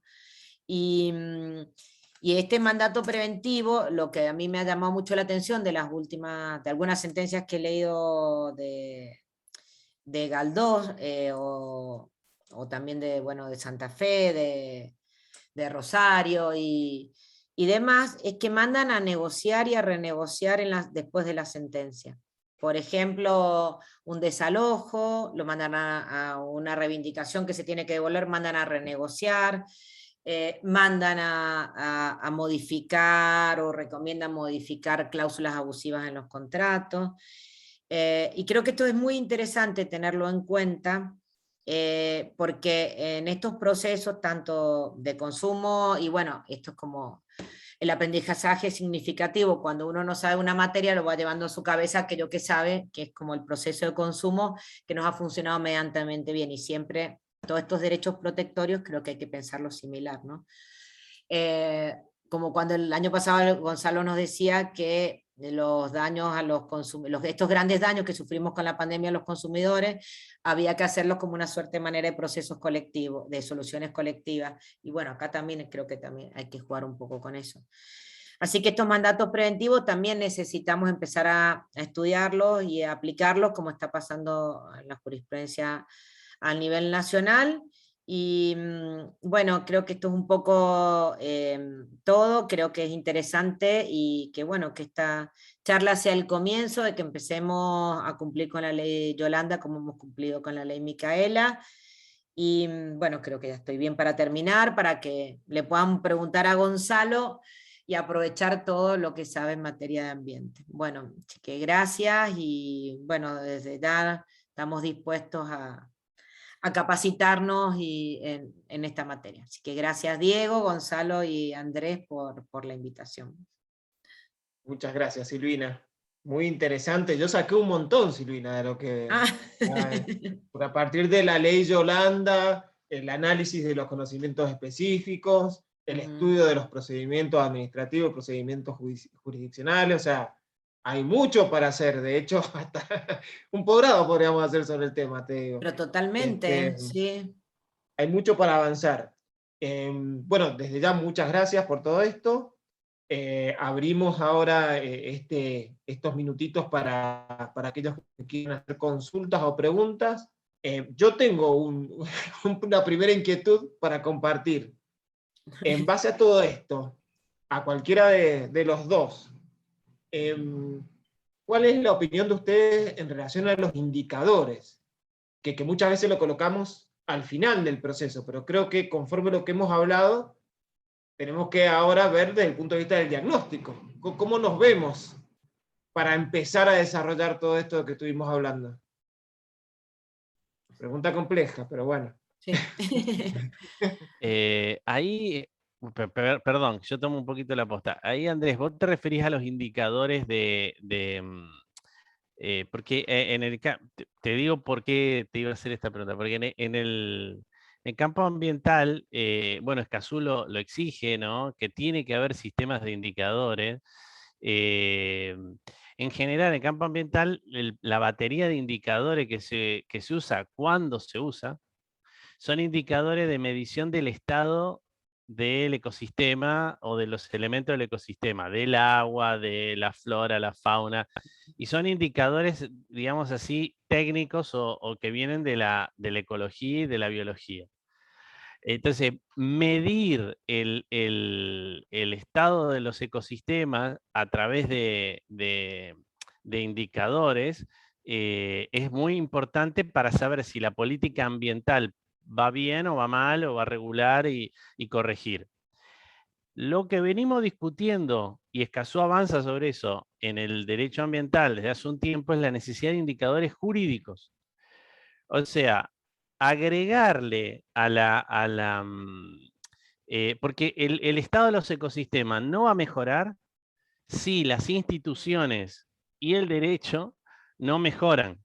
Entonces, al mismo tiempo que medimos el estado material, digamos así, sustancial de los ecosistemas, estamos a empezar a medir si los procesos, las herramientas jurídicas, las instituciones son adecuadas o no para proteger el medio ambiente, ¿no es cierto?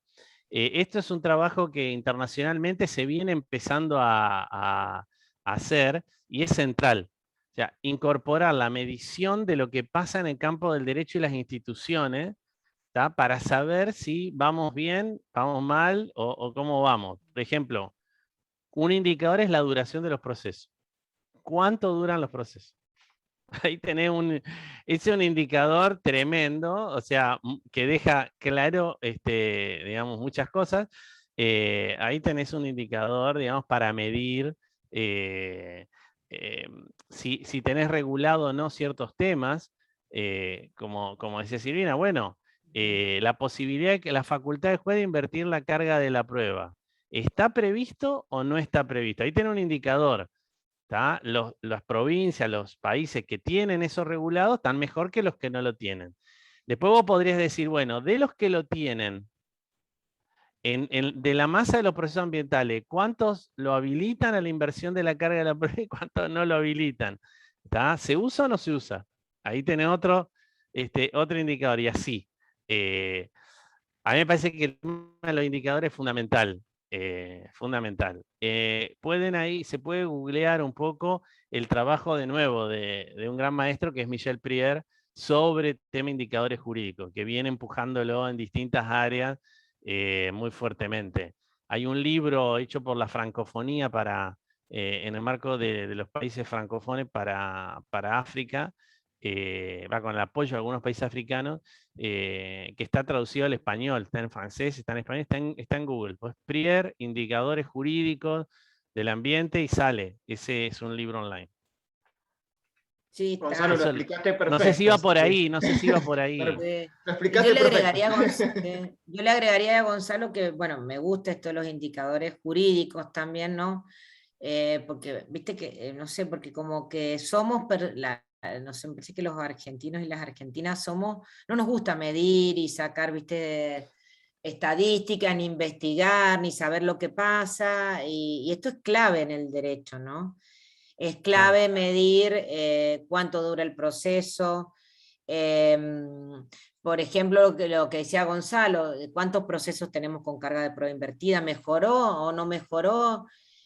Por ejemplo, si vos me preguntás, ¿y el proceso de consumo en Mendoza Nuevo mejoró? No. Sí podemos decirte, bueno, cómo cambió la gestión, la oralidad, todo eso, sí, podríamos decir mejoró porque tenemos algunos medidores. Pero si no medimos, tampoco sabemos hacia dónde vamos. No podemos proyectar, es como que lo vamos atando con alambres y creo que eso conspira contra el medio ambiente. Claro. Fíjate que algunas de las cosas que pide Escazú, ¿no? Como veníamos diciendo, la inversión de carga de la prueba, no es lo mismo que esté como una facultad judicial regulada que sea una doctrina. ¿Está? Ahí, claramente, si vos pusieras como, vos buscaras unos indicadores para medir eso, estarían un renglón arriba las provincias que lo tienen como una facultad regulada, frente a quienes lo tienen simplemente como doctrina. Bueno, y así, esta cuestión, lo que decías de las medidas de prevención, ¿no? Anticipadas, los mandatos preventivos, ¿no? Los mandatos preventivos. Una cosa es tenerlo regulado, otra cosa es una doctrina. Entonces, ahí, una cosa es que la norma diga, el juez puede dispensar la contracautela en la cautelar. cuando está en juego un bien común, un bien colectivo, como los bienes ambientales. Otra cosa que esa facultad no esté y haya que ir contra el eje, ¿no? Porque Sí. eso hace que más fácilmente pueda ser recurrido, y bueno, entonces todo el tema de la batería de indicadores es fundamental. Por ejemplo, ¿achicamos o no las áreas naturales protegidas? Muchas veces, cuando vos mirás los indicadores sustantivos, dicen, bueno, ¿cuál es la superficie área natural protegida? ¿Creció o no creció? Ahora, muchas de esas disminuciones tienen que ver con decisiones del Estado o del privado que decide recortar un área natural protegida, sacarle hectáreas a un área natural protegida. Y ahí para los juristas hubo regresión. Entonces, los tribunales usan el principio de no regresión o no. De eso depende de que el área no se achique, ¿no? Entonces, en realidad, vos no podés medir solamente la cuestión biológica o la cuestión ecológica, sustantiva, tenés que medir la cuestión jurídica e institucional, porque van de la mano. Hoy la Unión Europea largó una cosa que se llama el New Green Deal europeo para el medio ambiente, ¿no? O sea, el nuevo pacto verde ambiental de Europa. Y muchos juristas se han puesto a escribir sobre la ineficacia del derecho ambiental. O sea, sobre que hay que reforzar en realidad la aplicación y la implementación, ¿no? Sí. Yo creo que es casi una invitación a todo eso, o sea, a Sí. profundizar eso. Y a darte reglas claras, ¿no? Porque ponele a mí como operadora del derecho, me complica mucho la vida que las acciones colectivas no estén reguladas y que tengamos claro. que, está bien, la corte en Alavi, todo lo que quieran, tenemos buenos antecedentes, pero pasa que al no ser, por ejemplo, un problema de la competencia de los jueces de competencia federal o provincial, cuando trasciende las fronteras de una provincia. O no, y bueno, ahí peleamos cuánto tiempo definiendo la competencia. Después, viste, el otro tema, ahora nosotros estamos con varias acciones colectivas de consumo y se escapan del colectivo los consumidores porque van más rápido a veces por afuera y, y todas esas cosas tienen que estar reguladas. Entonces uno se escapa, el otro vuelve, las medidas salen distintas sobre el mismo tema. Claro. No, al final con la acumulación de procesos estábamos mejor, entonces todo eso hay que ir mejorándolo. Alavi fue un paso enorme y sirve y ayuda, pero bueno, necesitamos dar más pasos para la claridad, ¿no? del operador, sobre todo del que está fuera de tribunales, porque nosotros, bueno, atajamos, digamos, ahí, pero el abogado me imagino qué hacer, ¿no? Ustedes mencionaron el fallo Mendoza, bueno, ejemplo de cómo el juez proactivo innova. Pero bueno, genera un peligro posterior. ¿Cómo regulamos eso? ¿Cómo? Claro. No está sujeto a críticas, desde luego. Esa revolución, bueno, y el republicanismo, y empezamos otra vez a girar en torno a estos temas, ¿no? Eso que decía Gonzalo en las cautelares, el no pedir la contracautela en materia de consumo, al principio como que había quedado afuera y como que la ley te daba a entender que había que pedirla a la procesal, pero en la interpretación se ha llevado que lo máximo que pedís es una caución juratoria. Prácticamente se ha eliminado la contracautela en consumo. Entonces creo que eso podría ser un buen paso para ambiente también. Si me permitís, Andrés, les quería hacer una pregunta. Dale. Primero, muchísimas gracias, la verdad que apasionante la charla, realmente nos han dejado pensando un montón de temas, así que primero gracias Gonzalo y Silvina. Y segundo, una pregunta puntual, bueno, que va un poco direccionado a lo del acuerdo de Escazú y un poco a la jurisprudencia de la Corte de la Nación. Tal vez el precedente más importante, que es el de Mendoza, que de alguna manera se ve la mano de Lorenzetti y la habilidad de la Corte para llegar al proceso, cómo se implementó la prueba y cómo, sobre todo cómo se terminó ejecutando esa sentencia. Entonces, y los casos que hemos tenido en Mendoza, que Silvina hacía alguna referencia, el caso Oikos, y el caso de la Plaza Independencia. O sea que hay temas que están, pero de todas maneras, me da la sensación que se aportaría un grado de seguridad jurídica si estuviera perfectamente reglamentado y además de reglamentar el proceso, la competencia especial, la competencia o la jurisdicción ambiental, en virtud de que, a ver, el juez tiene un rol distinto, la legitimación es distinta, el periodo probatorio es muy diferente y la prueba, como decía Gonzalo perfectamente, es totalmente distinta. La capacidad del juez ambiental de dictar sentencias ultrapetitas, la ejecución de una sentencia ambiental que es clave, requiere un conocimiento y un proceso muy distinto al que se pensó para la órbita civil. Entonces, si no nos llegó el momento de tener, no sé si un código, pero sí reglamentado el proceso y una jurisdicción especial para hacerlo efectivo, y además no solo mirándolo desde lo ambiental, que también deberíamos garantizar el orden público ambiental, porque vos, Silvina, hablabas de buscar los acuerdos, pero los acuerdos los podés lograr en la medida que no esté en juego el orden público ambiental. Exacto. Viendo toda esta problemática que me parece que supera ampliamente sin entrar a hablar del principio de recomposición, ¿no? Que cambia el principio tradicional civilista. Entonces, viendo todo esto, me parece que nos ha llegado el momento de regularlo y de tener una jurisdicción especial. No sé cómo lo ven ustedes. Yo digo, a mí me parece que sí. Pero yo por lo menos, ahora en la provincia de Santa Fe hicimos el código de implementación y está como anteproyecto de implementación de los derechos del consumidor.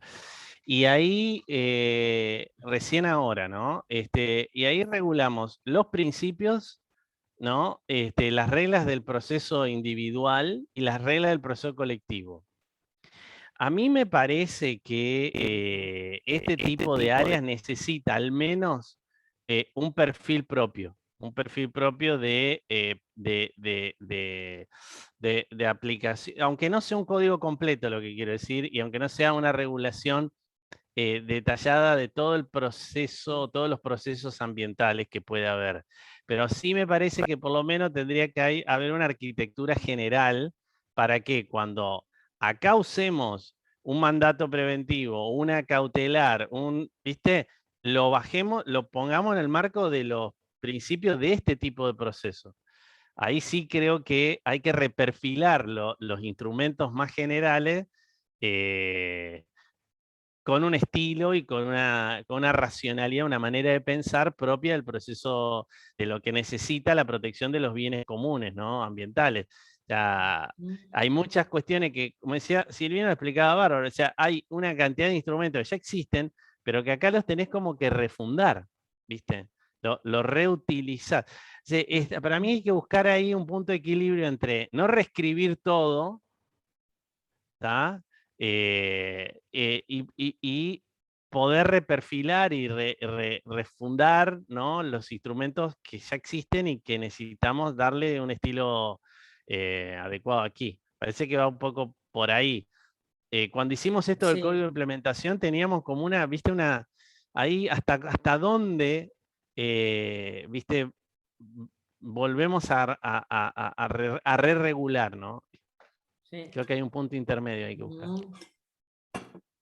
Exacto, sí, coincido con Gonzalo, que es como reinventar todo, pero de lo que ya tenemos, ¿no? Sería como un reciclaje de normas y ver bien estos puntos que no, porque por ejemplo, acá nosotros tenemos el proceso civil, que es el proceso por audiencia, de las dos audiencias, un periodo de prueba, digamos, y la audiencia final oral.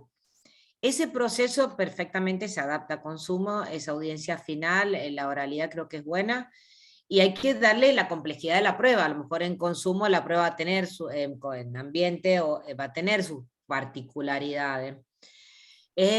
Por ejemplo, lo que yo veo en estos procesos nuevos, que hemos ganado mucho en agilidad, en tiempo, ¿no? En que los procesos salen más rápido. Cuando el perito también va a la audiencia a dar las explicaciones que antes nunca las daba en la audiencia y nunca le conocíamos la cara al perito. Eso es increíble y creo que en consumo, en ambiente, cuando uno puede escuchar a los expertos que expliquen al tribunal qué pasa y demás, también esto va a cambiar, ¿no?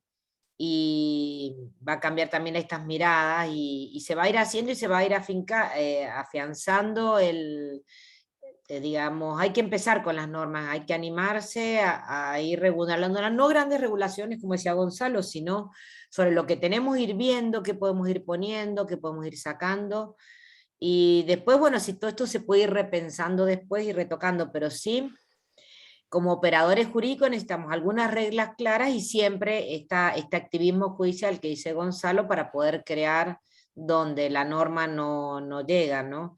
Pero sí unas pautas claras que la norma las tiene que dar contra cautela, si no es justicia gratuita o no, porque hay cosas que ya no se pueden inventar, digamos, fuera de la ley, porque estamos en un sistema donde la ley manda, digamos, pero entonces, bueno, es deseable, creo, tener buenas leyes en este sentido para trabajar mejor. No, sí, si me permiten para completar, está un poquito, yo estoy totalmente de acuerdo con lo que dice Silvina. Vos sabés, digo, que en realidad cuando hicimos un trabajo con un montón de profesores de distintos lugares del mundo para Ramsar, para la Convención Ramsar sobre indicadores. Y esto que venimos reclamando acá todos nosotros, que esto esté un poco más regulado, en realidad no es un problema nuestro. Lo que yo vi ahí es, todo el mundo está de acuerdo en que es mejor que la facultad del juez esté puesta expresamente que no esté. O sea, en todos lados es mejor. O sea, no es un problema, por ahí uno dice, no, pues es nuestro estilo, que lo queremos tener en la ley. No, no, es porque, pero es así en general. O sea, todos ven ahí un poco más de seguridad jurídica, menos margen de menos margen de discusiones posteriores, menos complejidad. Y, y bueno, nada, una cosita más. Creo que el punto que acaba de marcar Silvina de, por ejemplo, incorporar la complejidad de la prueba en el campo ambiental, dentro del diseño del proceso ambiental es clave esto. Y yo agregaría ahí también incorporar la participación de las víctimas, lo que yo decía, los guardianes del río. Sí. Pues las víctimas del daño ambiental no son víctimas, son víctimas proactivas, son víctimas que quieren participar, Sí. construyen el riesgo, construyen el problema, lo arman, buscan las pruebas, y después quieren participar de la respuesta y quieren estar en el monitoreo. Y son un jugador importante. No es como la víctima de otros daños, que por ahí es una víctima a la cual hay que ir a socorrer, diríamos así, ¿no? Con la sentencia, Acá las víctimas son proactivas, y están muchas veces muy empoderadas, tienen mucha información. Nosotros hicimos un trabajo sobre Gualeguaychú, por ejemplo, la Asamblea de Gualeguaychú. Tremendo, digamos, terminó siendo una usina de conocimiento, de acciones de la Asamblea, ¿no? de Gualeguaychú. Entonces creo que la víctima, acá hay que prever otro rol de la víctima en estos procesos, ¿no? Sí. Un rol distinto incluso al del proceso de consumo, ¿no?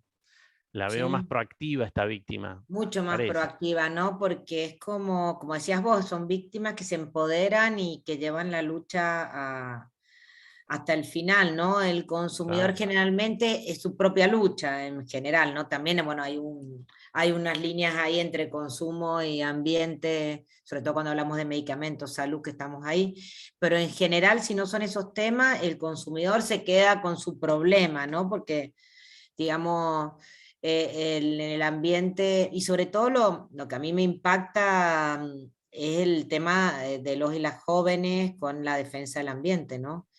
Hay que tener cuidado ahí cuando, a mí me pasa por ahí, bueno, a todos nos pasa en la casa que eso que estás tirando ese basurero ahí no va, tenés que lavar el papel antes de tirarlo, y esas cosas que uno antes no las veía, o qué sé yo, bueno, vienen también y reclaman justicia, ¿no? Eso lo vemos en lo vemos, bueno, a nivel mundial. Y lo otro que también de la ley que a mí me impactó es aquello, cómo la ley protege a los defensores del ambiente también, ¿no? Ante los ataques, ¿no? También que esa parte penal, yo acá no lo he visto, pero, o no me he enterado, pero realmente es grave, ¿no? Porque claro, es como que las víctimas son muy vulnerables y digamos los contaminadores, no sé, para ponerle alguna palabra, son muy importantes. Y entonces eso también genera, y a veces no son grupos que son buenos, ¿no? No son grupos empresarios, sino que por ahí son grupos que están rondando con el crimen organizado, y bueno, y tenemos toda esa complejidad también metida acá, ¿no? Y que hay que estar prevenidos, ¿no? Porque si no estamos pensando que eso nos puede llegar a pasar, va a ser complicado. Y esas creo que también hay que ver esas cosas. Y la otra también que es interesante es ver si se puede extender el juicio por jurado a algunas cuestiones ambientales, ¿no? Ese también es un gran tema para investigar, para ver y dar el paso. Acá se dice que se quiere extender el juicio por jurado a cuestiones civiles y uno de los temas sería ambiente. Y ahí habrá que fijarse qué de ambiente va al jurado, ¿no? Eso también es un tema muy, muy interesante. Y además, Silvina, me parece que hay un tema muy importante que en general no se ve, que una adecuada reglamentación, regulación y competencia ambiental también va a dar una seguridad jurídica a las empresas. Obviamente, al momento, claro. porque a ver, en un país con 40 o 50% de pobreza, no nos podemos dar el lujo de andar ahuyentando empresas e inversiones claro, con fantasmas que no saben a qué se van a tener.